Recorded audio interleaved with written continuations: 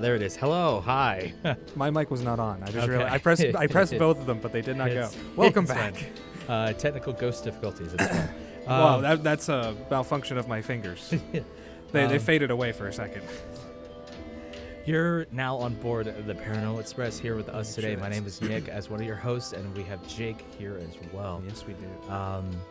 Today we're going to be talking about, we're going to be taking a little bit of an interesting turn from our usual The thing is, mine topics. fits with what I usually talk about at least. Yeah, yours definitely does. My first topic is very relatable in that it still is paranormal in most of the sense.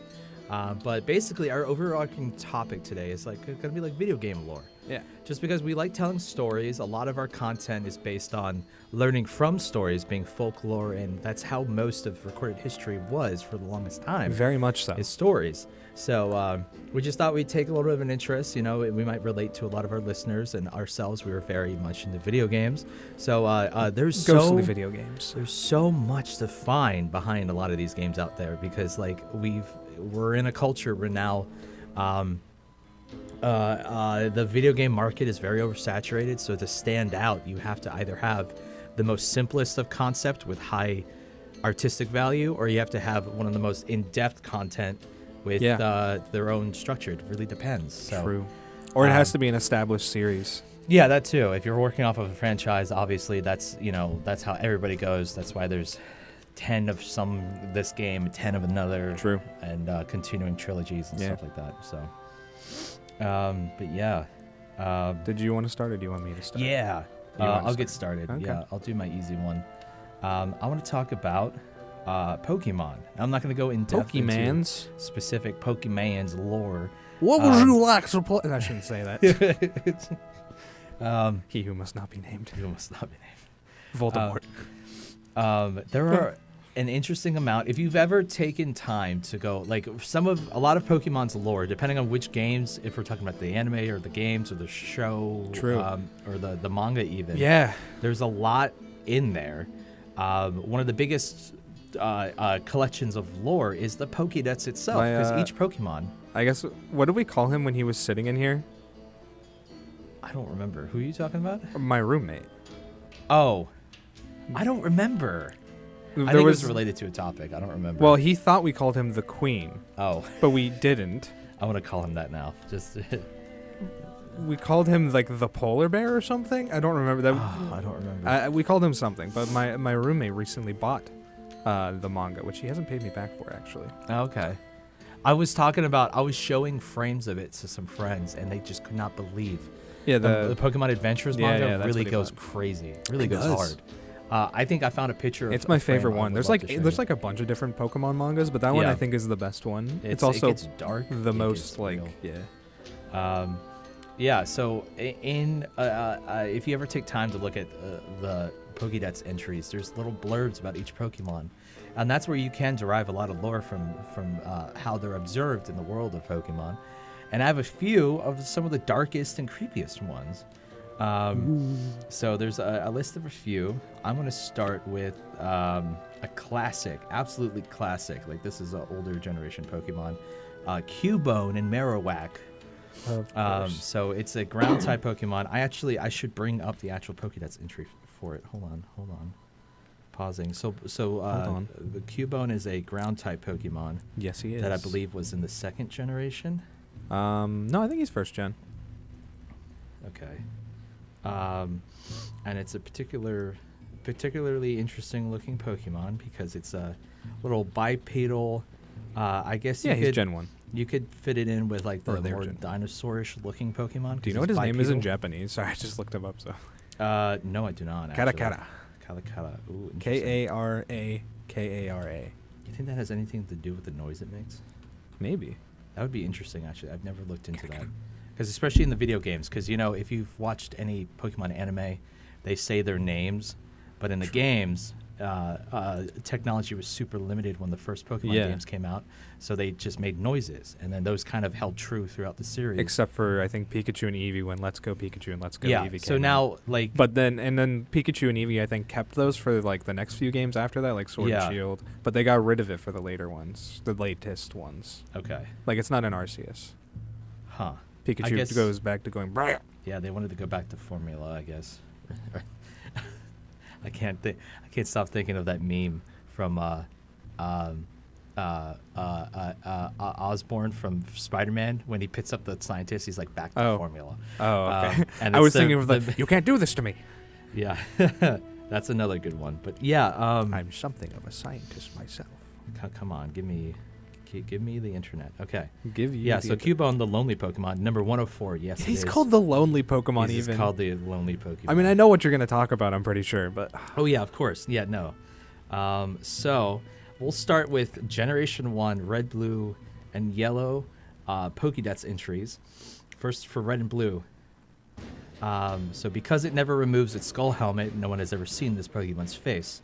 Yellow comes right around and goes, in Pokédex entry for Cubone, wears the skull of its deceased mother. Its cries echo inside the skull and come out as a sad melody. Mm-hmm. We're talking about a Pokemon. Yeah. I mean, you're also talking about the culture of Japan. Yes. And like their yokai and stuff, because Pokemon are often based around that. Yeah, which another one of my Pokemon actually is specifically, so we'll get to that one for sure. Yeah. So that evolves into a Marowak, which is more of a, like a, it seems to, it has the same kind of structure. It's still bipedal, and it has a skull on its head, but this one looks like it's more formed because looking at Cubone's design, it definitely is just wearing one because you can still see parts of its face. But Marowak, it's fully formed around the face.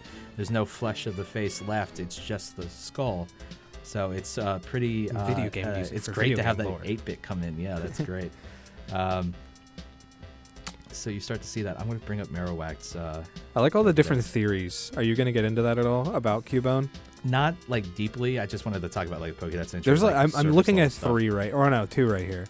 That Cubone is just a Charmander, or Cubone is actually a baby Kangaskhan, which is my favorite one. Oh yeah, I have no surprise. Yeah, because they have very similar body structures and stuff, so it's easy to draw that between them. Because it wouldn't be the first time we've seen completely unrelated Pokemon still be related together. Is Missing-No a Kangaskhan? You should have talked about Missing-No. Because I think that's interesting because Pokemon like Mantine and Remoraid, their relationship... Isn't it Remoraid? Remoraid and Mantine are very specific because they appear together, but they become 2 separate Pokemon. Mantine, like Remoraid, becomes its own Pokemon that evolves and everything. So it's interesting. We see those relationships, so it's not hard to believe that Pokemon could have became different over time and stuff. So Marowak has like no reference to... except for in Emerald and Ruby Sapphire, where they still say Marowak is the evolved form of Cubone that has grown tough by overcoming the grief of losing its mother. Its tempered and hardened spirit is not easily broken. They were. Originally, it was weak and timid. After evolution, its temperament becomes violent, and it begins to wield bones as weapons of Sun and Moon. Specifically, Sun and Moon made sense because that was the Alolan form, where he was like a fire dancer. That's what I was... Okay, yeah, that's what I was going to ask about, because I thought that was like one of the... What are they called when they evolve again after their third or their last evolution? And they get like a special stone. Mega evolutions? Yeah, mega evolutions. Oh, mega evolutions, yeah. And I think it's pretty interesting that Alolan Marowak, they made a ghost type, especially because it might be haunted by the mother. It's the mother. I mean, it is wearing their skull. It is still wearing their skull, and it has like ghost-like flames. You know, that could be another theory that comes out of that. So that's just an interesting first one. All right, we are at our first little break here. Yeah, that's good time as any. I'll move on to the next Pokemon after the break then. Pull into the station. Welcome back, ladies and gentlemen. Yes, hello. We had a little bit of train turbulence there. A little bit of train turbulence there, sorry. Train turbulence. We hit a tree. Yeah, we're back. We literally run right through the tree. I mean, our train sometimes doesn't use tracks, so, you know, there's obstacles. We make our own tracks here on Paranormal Express. So if you're joining us now, we're talking about some video game lore, the perfectly timed music to be playing right now. I'm just going over a little bit of some Pokemon that have some really interesting backstories, and mainly the lore that's derived from Pokédex entries, which, with how short and concise it is, really can let your imagination run wild. Yeah, and that's what I like about that. I mean, that's the whole thing with from Gen 4 of the like talking about how humans and Pokemon used to get married. Yeah, that one book, which is what people thought Arceus was going to have. Really? They didn't actually think that, but that was a joke. Oh man, yeah. There's no way. No, they would never do that. They would have, if the closest they would get to that. But that was the joke. Would be some kind of pseudo relationship thing where you have some kind of ceremony, but they wouldn't call it weddings. But I still think that'd be really weird. I think that was also the English translation of it. I don't remember what the Japanese actually said. Okay. I think it was worse though. Okay, so the next one I want to talk about is Frostlass. Right. The Ghost Ice type Pokemon. That's one of your favorites, isn't it? It is one of my favorites. Yeah. Yes. It's not like the best Pokemon for like late game stuff, but that's usually the only time you can get it. True. Because Snorunt, you can't get till you go to Snow Point City. Yeah, true. So. Well, that's in that game anyway. Yeah, and Dust Stone. You need a Dust Stone. But anyway, we don't need to go crazy on the nerdy stuff. That's just me. Sorry. I'm going to go over its Pokédex entries. So originally introduced in Generation 4, Diamond and Pearl, it freezes foes with an icy breath nearly negative 60 degrees Fahrenheit. What seems to be its body is actually hollow. And then in Heart Gold, Soul Silver, legends in snowy regions say that a woman who was lost on an icy mountain was reborn as Frostlass, which is very much behind the origin of Frostlass, which is a Yuki Onna, which is a snow woman, which is actually a yokai in Japanese culture. Yes. The roommate I mentioned earlier that bought Pokemon manga called me this the other day. They called you a snow because woman. I like cold weather. Yeah. But they didn't use the proper terminology. No, he called me an onigiri. Either a rice ball or a demon slice from One Piece. Slice, yeah. So I thought that it's crazy how the first generation is so like, oh yeah, it uses icy breath, and then it jumps into, probably a dead woman's spirit, probably. A sword is pretty good. After a woman met her end on a snowy mountain, her regrets lingered on. From them, this Pokemon was born. Its favorite food is frozen souls. See, like that's that idea. That's very like because most snow very yokai. Yeah, most snow women are like supposed to follow the death of a woman who's grieving heavily, and that's why she died in the snow. She ran away from a house, either broken up in a relationship or abuse or something. They run into the woods and away on the snowy, because Japan gets insanely cold, especially in Hokkaido, the northern parts of the island. It gets very, very cold. Do you want to know what my favorite yokai is, or my favorite example of a yokai? It's very vague because I don't know the specific one. Yeah. But there's apparently a stone that's possessed by a kitsune that will kill you if you touch it. That's my favorite one. That's spooky. That's funny. My actual favorite yokai is probably the Tengu, because I think he's cool and interesting. Okay. There's even an emoji of him, but I don't think anyone really knows that it's a Tengu. Mm. It's the red face with the long nose. Yeah. Tengu mask. I have something to tell you when we're on break about that. Oh. Interestingly, behind Frostlass, Yuki Minoko is the name of it in Japan, which is a combination of Yuki, which means snow, Yuki Onna, which was what I mentioned earlier, snow woman, or Minoko, which is an archaic word for girl. Lass is an archaic word for girl in English as well. So. Yeah, that's true. That makes sense. It's fairly archaic. Anyway. It's not usually used. Yeah. Except by specific dialects, like Irish, I think uses lass quite a bit. Man, fighting the internet's Scottish. really rough right now. Okay. Because if you look at the design of Frostlass, I can see why they believe it's hollow, because it looks like you have the purple part of its face with the eye underneath what makes the white exterior body. And of course, the design of it is more like a kimono in design, or not even, a kimono, because it's got the ribbon in the back and it's got the really long sleeves. And so that's just where they're deriving a lot of that design from. And I think that's a really, really fascinating Pokemon. Now, for my last one, this one gets especially dark. This one is Drifloon. Yeah, of course. The cute little balloon Pokemon. God, he's so adorable. I love him. Because how do you feel about Drifloon? Drifloon's pretty cool too. Okay. I love that both of them have animated mouths and Arceus and stuff, and it's really spooky, because you're like, wow, it's just little openings in the front, I'm surprised they don't let any of the air out and deflate. Yeah, that would be actually a funny animation when they get defeated. They just blow away. But Drifloon specifically, I love their design because of the noise they make. Their cry. Oh yeah. It sounds like the rubbing of a. It sounds like the rubbing of a balloon, and I think it like the what do you call the what is balloon material, like Nylar or whatever it's called? Nylon? Nylon, I guess. Something I don't kind of remember. like that. I think it's ends in an R. Mylar? I don't know.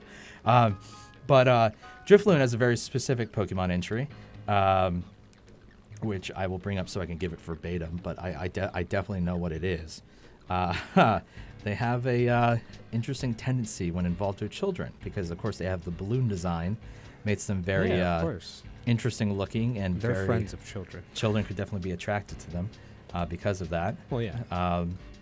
We know a certain someone in pop culture that uses balloons to prey on children, and that's what I thought it was funny that came what out.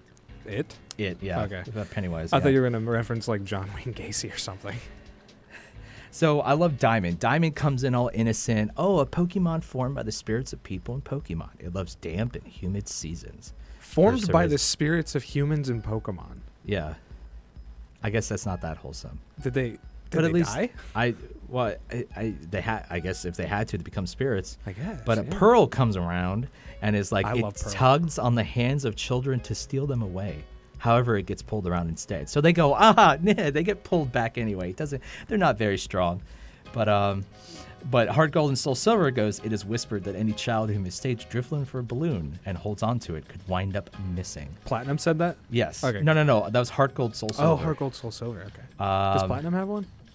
Platinum's is because of the way it floats, an old folktale calls it signpost for wandering spirits. That's kind of cool. That's pretty cool too. But that's not creepy. It has nothing to do with. I mean, creepy in the part. sense of like a ghost, but like. So Legends Arceus goes all in. Said to lure away young children and carry them off to the afterlife. Some whisper that Drifloon are formed of reincarnated human souls, but these rumors are yet unconfirmed. So that kind of mixes all of those the first generation 4 stories together. And particularly, I wanted to look at Legends Arceus because in the game, there's that quest. There's that quest where you find. You get told by somebody in Jubilife Village. They're like, hey, my kid's missing. They're like, my kid has gone missing. I have no idea where they are. Then you go to the back of this like shed building that's out it's where you wake up at the beginning of the game. Yeah. It's where the newcomers come, apparently. And there's a child back there like really upset that it was hanging out with Drifloon and then was just sitting there. And you're like, oh God, if I didn't come here any sooner, that child might have been gone forever. That's actually crazy. Well, the child says like, Drifloon didn't mean anything by it. Yeah, they brush it off innocently, but you're kind of like, ooh. We have entered the station yet again. Okay. For our second break. We'll be right back here on the Paranormal Express. Back on the Paranormal Pokemon Express.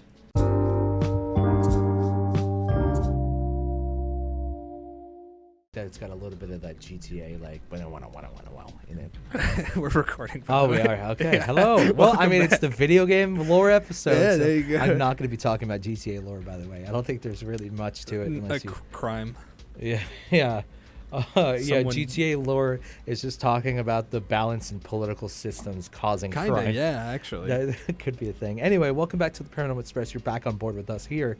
Now that we just left the station with our last messages. Today, like I was just saying, we're talking about video game lore, and it's an interesting turn away from what we usually talk about, like, because it doesn't necessarily have to be scary paranormal stuff. No. But I started with a little bit of pseudo paranormal stuff because, I mean, most of the messed up Pokemon stuff is going to be ghost types. True, Seems to be the common theme. So and ground types apparently. That was the one that stood out. Yeah, because the rest are ghost types. Yeah, the last two I had, which you guys can find on your own, was Mimikyu, the Pikachu ghost-looking like mimic Pokemon, which short story, you just somebody died by looking under its sheet at the actual Pokemon, which is not the whole thing; it's underneath it. Yeah, and that's why it covers itself, because it wants friends. Yeah, because it saw Pikachu's popularity and wanted that, so it took over. And then Rotom was the other one, which is a ghost type that like it possesses machinery and stuff. Yeah. A chainsaw. It's trapped without it doesn't have a purpose, so it's finding purpose in machines and stuff. Yeah. Anyway, moving on. All right. So my first topic, and basically all of my topics come from the same series, because I know you have other games that you looked at. Mm-hmm. Mine, I just wanted to talk about Elder Scrolls lore. Of course. I love Elder Scrolls. And also, it just fits. It's very similar to what we've already talked about in the show. At least what I tend to talk about. Yeah. Mythology. I'm not going to bring it up to rag on you, but you sleep to podcasts about Pokemon lore. Or not Pokemon, Jesus. Elder Scrolls lore. Yeah, sometimes. Yeah. And that's awesome because it's actually really relaxing. I forgot who you were playing, but he's a very nice voice, and it's interesting. It makes you think about if stuff. it's not the one where it's multiple people talking to each other, then it's probably a guy named Camelworks, who I like a lot. Yeah. I'll play you some of the videos later to see if you can remember. Yeah. Unless it was the one I was playing earlier. I don't think so. Okay. No, I didn't get to hear it. You were just listening through your headphones. So, but yeah. I mean, the headphones were on. You should have been able to hear it. But yeah, anyway, my first topic is something from the Elder Scrolls, very similar to what I usually tend to talk about, which being mythology a lot of the time. It's the Nordic people in the game. They're literally just called the Nords. It's their system of religion prior to being colonized by the Empire. So they have a totemic system, meaning like their gods tend to be animal gods. But their gods aren't the same. They have some of the same that the Imperials implemented. Like, if you've played the games, you would probably know the name like Mara, Debella, Kinnereth, or Kine. But you might not know things like... Well, if you played Skyrim, you probably know Shor. That's a very specific Nord god. Or Sun, who's also in Skyrim. He's in front of the whale skeleton in Sovngarde, and you have to fight him as like a battle pass or something. Or actually, you can claim other rights to pass. But yes, they're also one of the main religions that have dead gods, which is one of my favorite things in real life folklore. The gods that have died, like Osiris in Egyptian mythology. They have Shor, obviously. Shor's a god that's not really worshipped by a lot of people. He's just kind of known about. Like, the elves specifically hate him, because he's considered the like a savior of men, or man's god. That they're talking out there. They're talking in the other cabin. Yeah, the other cabineers are getting. Is that even a word? Cabineers. The cabineers. Yeah. Sorry. They have Shor, who's like the.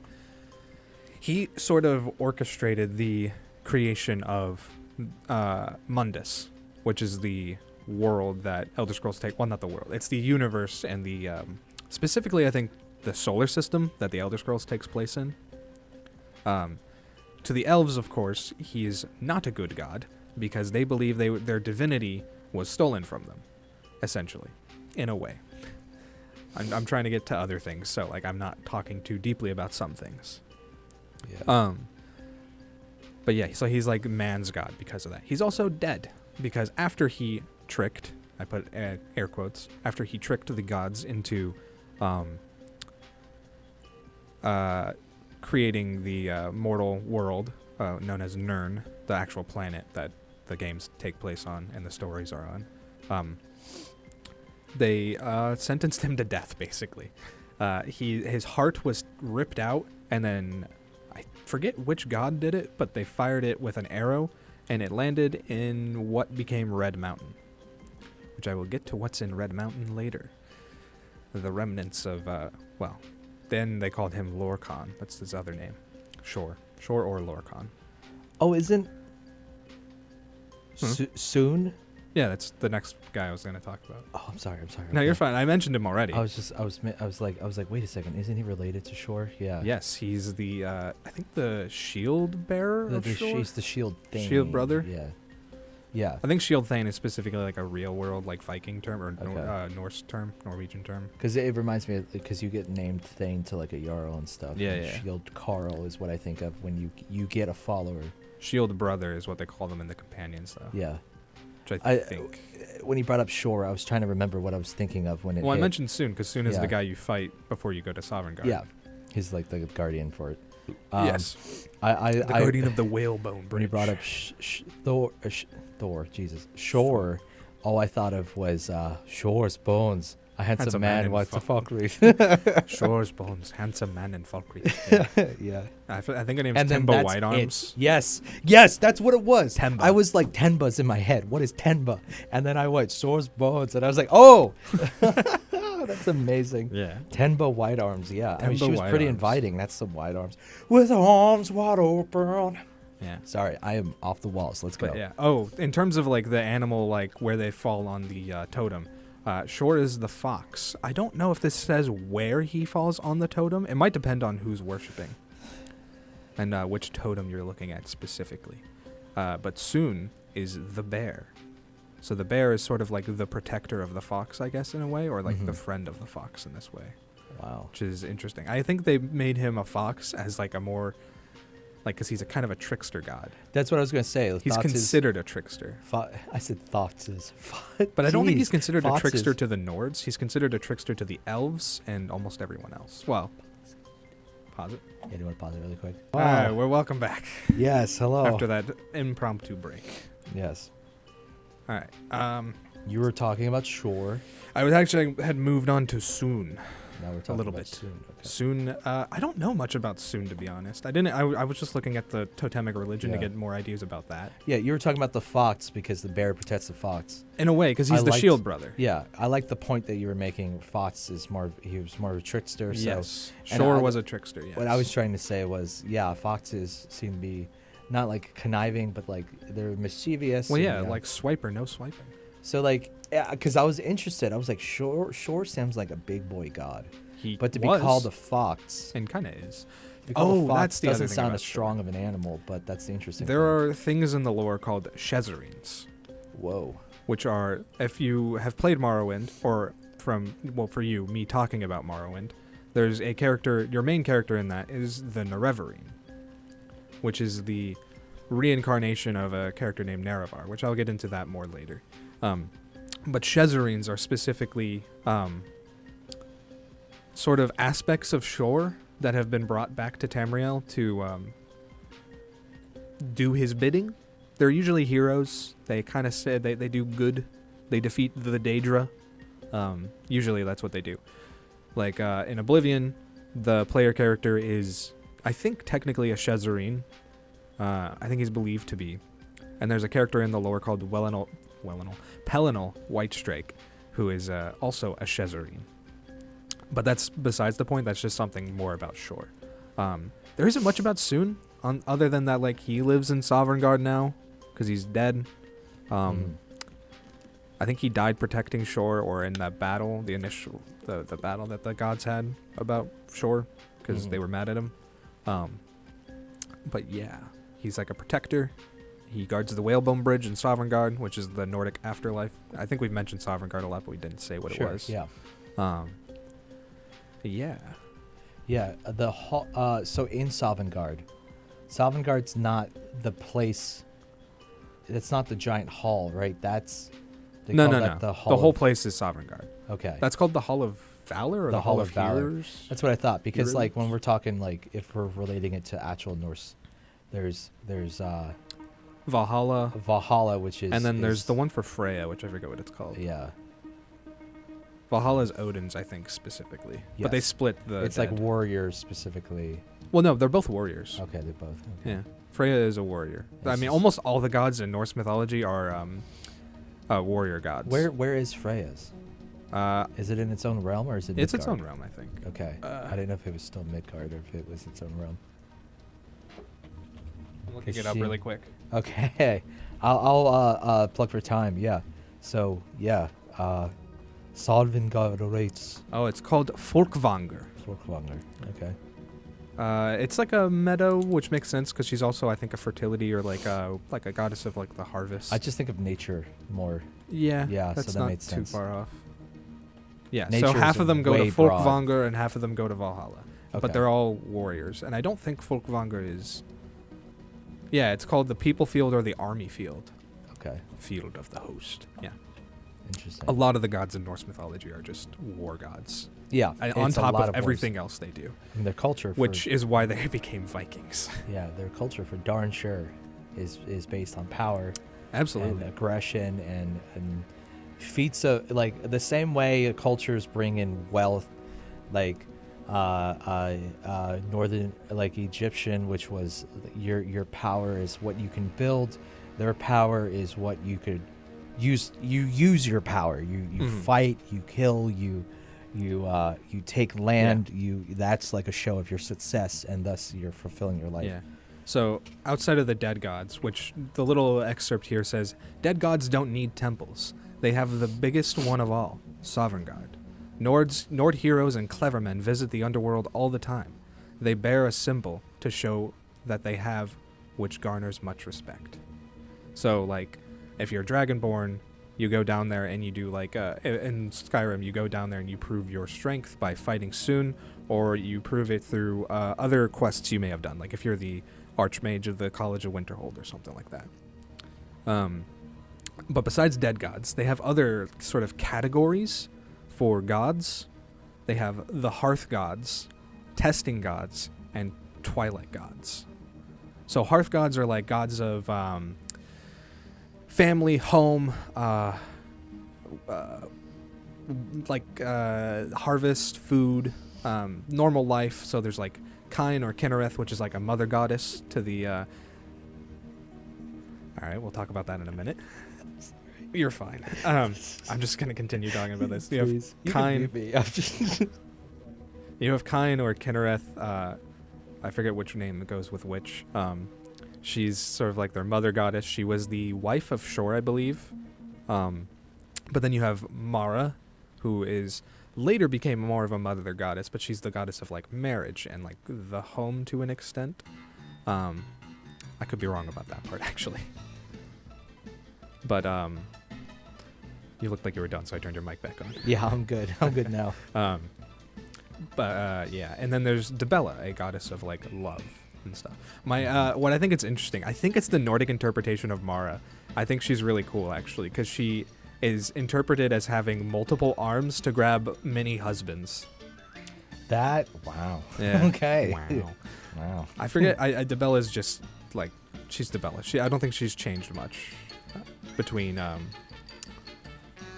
Sorry, this song distracts me quite a bit, but hey, it's got a lot going on, man. But yeah, she's not much different, I think, in the Nordic interpretation than she is normally. Like a love goddess of the naughty, I guess you could say. But yes, and then testing gods. Oh wait, yeah. So the hearth gods, they're like animals. So Kine or Kinnereth is the hawk, and then there's Mara. She's the wolf. I think she's also the handmaiden of Kine. Mm-hmm. And then there's Dibella, who is the moth. So the hearth gods, it says, hearth gods have temples appropriate to their nature. Kine's built on peaks, because she's like the sky goddess as well. Mara's are the halls of important witches. I couldn't say why exactly. I don't know enough specifically about that. Dibella's are the halls of important wives. So, yeah. When, I guess, wives, want to call on Dibella. To, Yeah. It's funny, we're talking so much about wives and stuff, and I keep trying to think of Mara. But that's just because of marriage and stuff. Well, Mara is here. Yeah. I was just talking about her. Yeah, I'm sorry. But yeah, then there's the testing gods, which they're a bit different. Oh, okay, that was you. I thought that something happened out there in the other cabin. Sorry. So this one says, testing gods don't really have temples. They are appropriated at battlegrounds or other sites where they caused some notable trouble.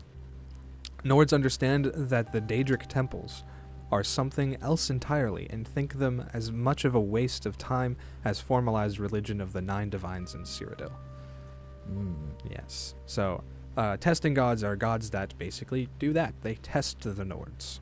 There is the snake, Orki, which many people claim is Arche. I think you would remember that name at least, probably. Yeah. He's sort of the Arche. Yeah. He's the death god or the god of death in the Imperial pantheon, or the 9 divines. What does Arche's amulet do? I think it heals. Like, I know we're talking about. I think it's like restoration. In game specifics, like, I just think it's a proof of their. It helps to it. They're definitely inspired by the lore and stuff. But yeah, Orki, I forget what he exactly is to the Nords. I think he's just some. Oh, he's also equated with Malakath. That's what it is. He's equated with Malakath because orc. Okay. And orc sort of in or the Orismer, I think, has something to do with being like the pariah folk, meaning that they're. I mean, do you know what the word pariah means? Yes. It's like other, basically. Yeah, if you're a pariah of society, pariah you are you're different. You're an outcast, Yeah, basically. okay. Then there's the Woodland Man, which I don't know what that is. That is his point on the... Well, I know the god, or the guy, the being. But the Woodland Man is what he's listed as on the temple, or the, not the temple. The thing. The totem, other T word. This is Hermamora. You know Hermamora. Hermamora, yeah. He also goes by the name Hermaeus Mora and many others. But he is a Daedra. He is essentially what takes the role of like what we would think of as demons in the Elder Scrolls world, but they're not quite demons. They're not much different than the Divines. They are technically weaker, though, I think. Hermamora, I think there's a specific story with him where he tries to constantly trick Nord heroes into becoming like his servants, I think, a lot of the time. I forget. I wonder if it's him. There's a story of Ysgramor, who's a very famous Nord hero, who, I think it was Ysgramor. No, it wasn't. It was like Olaf, I think. Olaf One Eye or something like that. I can't remember. There's a Nord hero. I don't think it was so Ysgramor. Many. It's okay. It's okay. Who saved the Nords from having... from being children. They were all turned into children. And he saved them and turned them back, but they had shortened lifespans. Oh, that sucks. And I guess we got to go on our third break here, and I'll come back with the last segment here on Which, by the way, Amulet of Archay increases your health by 10. So I don't know really if that pulls in, but yeah. It saves you from death. Yeah, I guess so, yeah. Great fortitude. Right. We'll be back here on the Paranormal Express.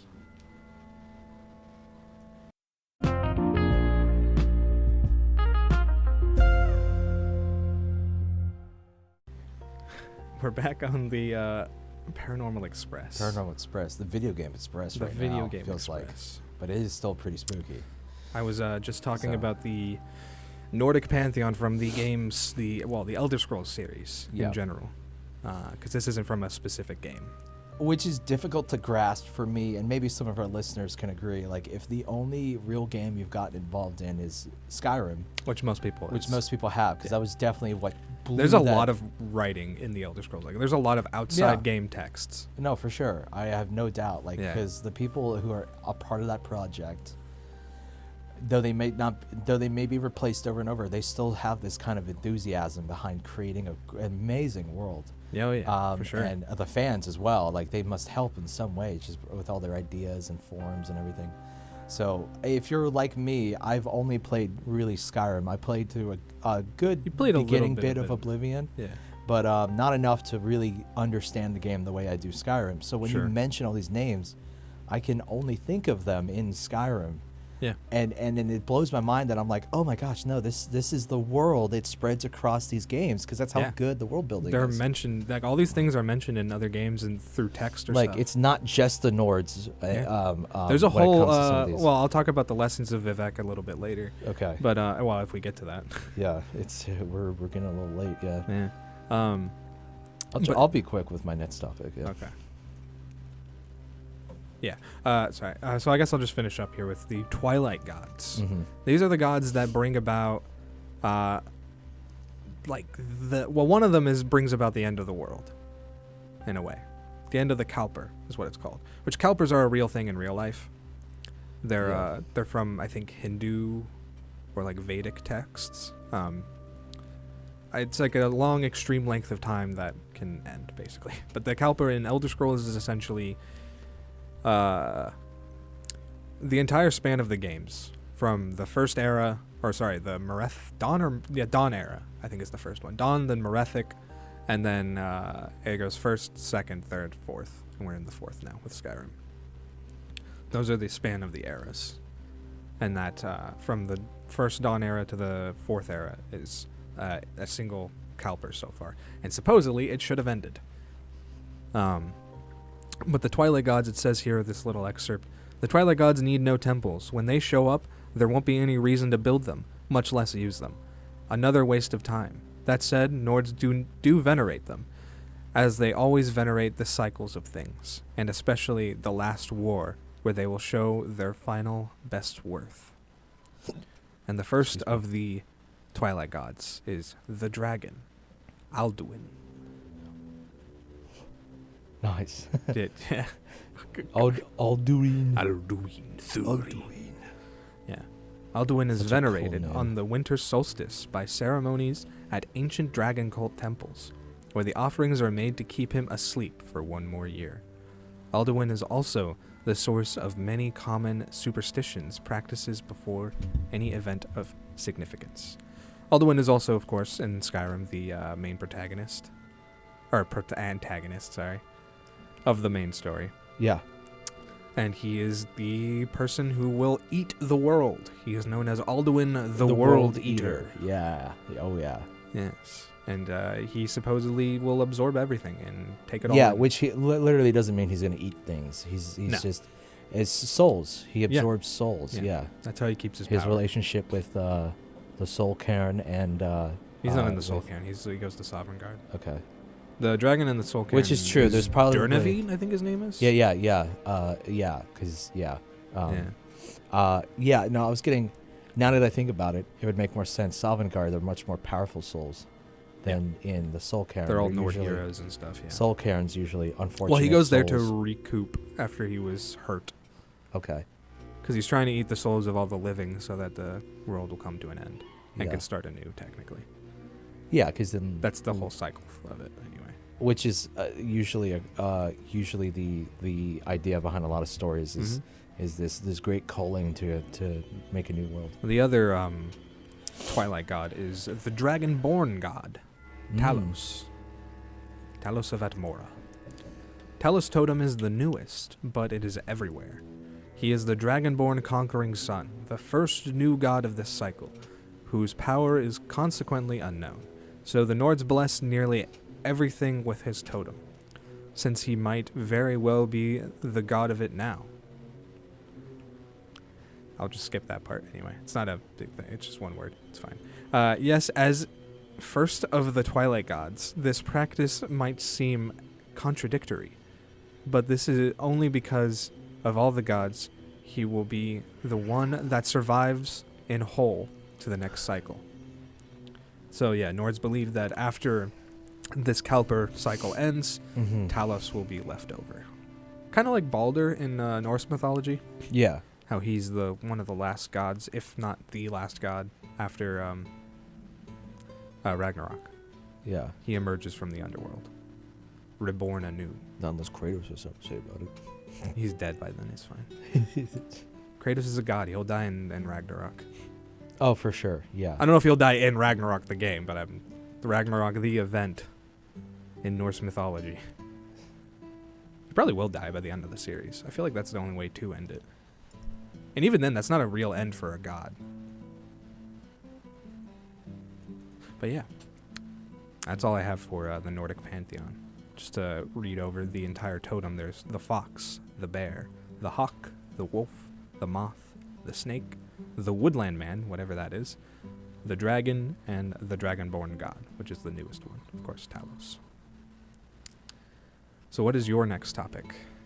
So my next topic is not nearly... So, like, we talked about... We are very close to our next break. Okay. As well, though. I will try to... This is going to be hard because I love this game so much. You can continue afterwards. We'll just have to stop. Yeah. Just to keep it in This will be... Are we allowed to plug? Plug what? Like, where else you can find us and everything. Oh, we do that all the time, right? Anyway. Yeah. Okay, yeah. If you want more, we can easily go on. So you might look for us on YouTube or Anchor for Paranormal Express, you where we can get longer episodes. on our Spotify specifically. A A few other platforms we found on. So we were talking about... Our website has has everywhere you can find us, Yes. specifically. ParanormalExpress.com. Of course. Or look at our socials, Twitter and Instagram, and yes, you can find it through that too. When we started into the Elder Scrolls, I was talking about it's a fantastic world. It's huge, has content because of the way they make it. This is kind of the opposite. This is a more indie developed game that has a lot more intended visually, without words, without speaking. Literally, the entire game, not a voice is heard until the end credits with an ending song. And with that, we will go to our break. Which that game is Journey, which you should return after the break to hear more about. You're listening to the Paranormal Express. We will be right back. Welcome back to the Paranormal Express. We are back. We're in the last leg of our journey. Yes, this is the last bit of the route. And we're talking about video game lore today. Sorry. Let's play the song from this post made by Route Pronunciation. It's the dictionary part where it has all the little symbols to like show pronunciation that nobody even understands really. Okay, so I was going to bring up Journey, which is this amazing little worlds apart. This is a very singy episode for me.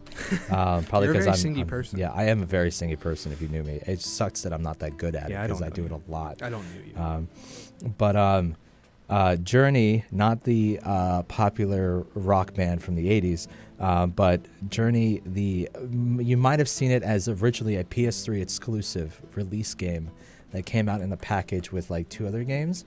Came out with like Flower, and then another one, which are these like short, very visually driven, not narrative driven, because there's literally no words spoken. You start out literally from the start menu. When you press start, you come into this world where you are this little character sitting on a sandy hill, and there's no words, there's no text. You just start going, and it teaches you how to move and look around with the controller, and that's it. So you're given this information, but visually you see this row of things stuck into the ground, and some structures, and this giant mountain in the way beyond, with light coming out of it, and that's all you have to go off of. It's fascinating how it pulls on your. I'm not doing a game review, I swear. I'm trying not to. It's amazing how it pulls on your interest and your curiosities to get you to move along the story without any real cues. So the first thing you're seeing is what look like gravestones around. All these things shoved into the ground. They might resemble a graveyard. Then the first painting you find is people that look like you, that are standing around one of them laying down with one of those stones. So you're like, okay, they're burying the dead.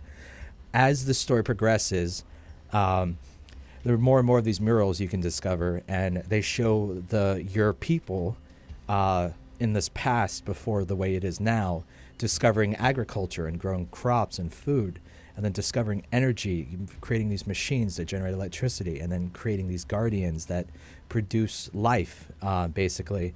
But then it turns on its head. Those machines that they created come back and start to call them, because the life they can create, they can also take away.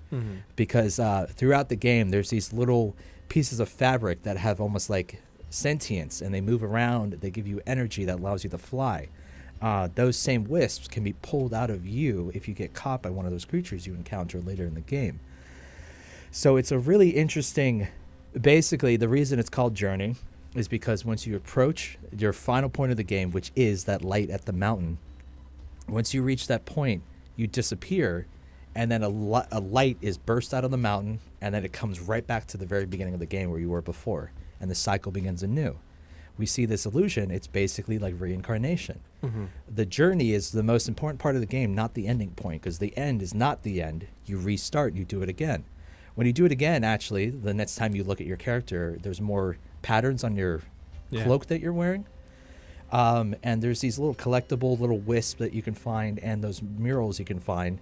If you collect all of them, you unlock a version of your character that's white and golden, which is a character you meet in the game whenever you complete a level, which like kind of guides you along because they look down at you, and then there's more of them, and then they give you power, so that you assume these are like elders or something. It's the only thing you can drive, because again, no words, no voices, no dialogue. It's just you have to go off of visual cues.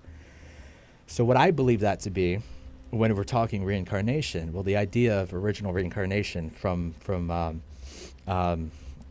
Hindu belief and culture is the point of reincarnation is your soul is trying to achieve nirvana, which is where you break out of the cycle. Well, that's Buddhist. That's Buddhist? Yeah, Buddhist. Shoot. Well, the Nirvana or Hinduism, I think, is pretty much perpetually just reincarnation. That's just how it works. I am a very vague understanding, so I could be very wrong. Okay. I'm not trying to assume the beliefs of these people. That's what I'm trying not to as well. It's just Nirvana, I think, is specifically Buddhist, and it's the way out, basically. It's the way out of that cycle of it. Yeah. Yeah, basically you achieving like a perfect a perfect life and moral. You loosen your grip on material life and everything to the point where you can survive on your soul and spirituality alone. That's just what I think of when seeing those white cloaked people, because they have power and they have these things. They've survived whatever this genocide came out of these creatures. That is where you're at. It's almost like a post. We are at the end of our journey. Darn. Yes, I think we're right around 57. Yeah, if you would like to hear more, you can find us, like I mentioned earlier, on our website and elsewhere. Yes. You've been listening to the Paranormal Express. Thank you for riding.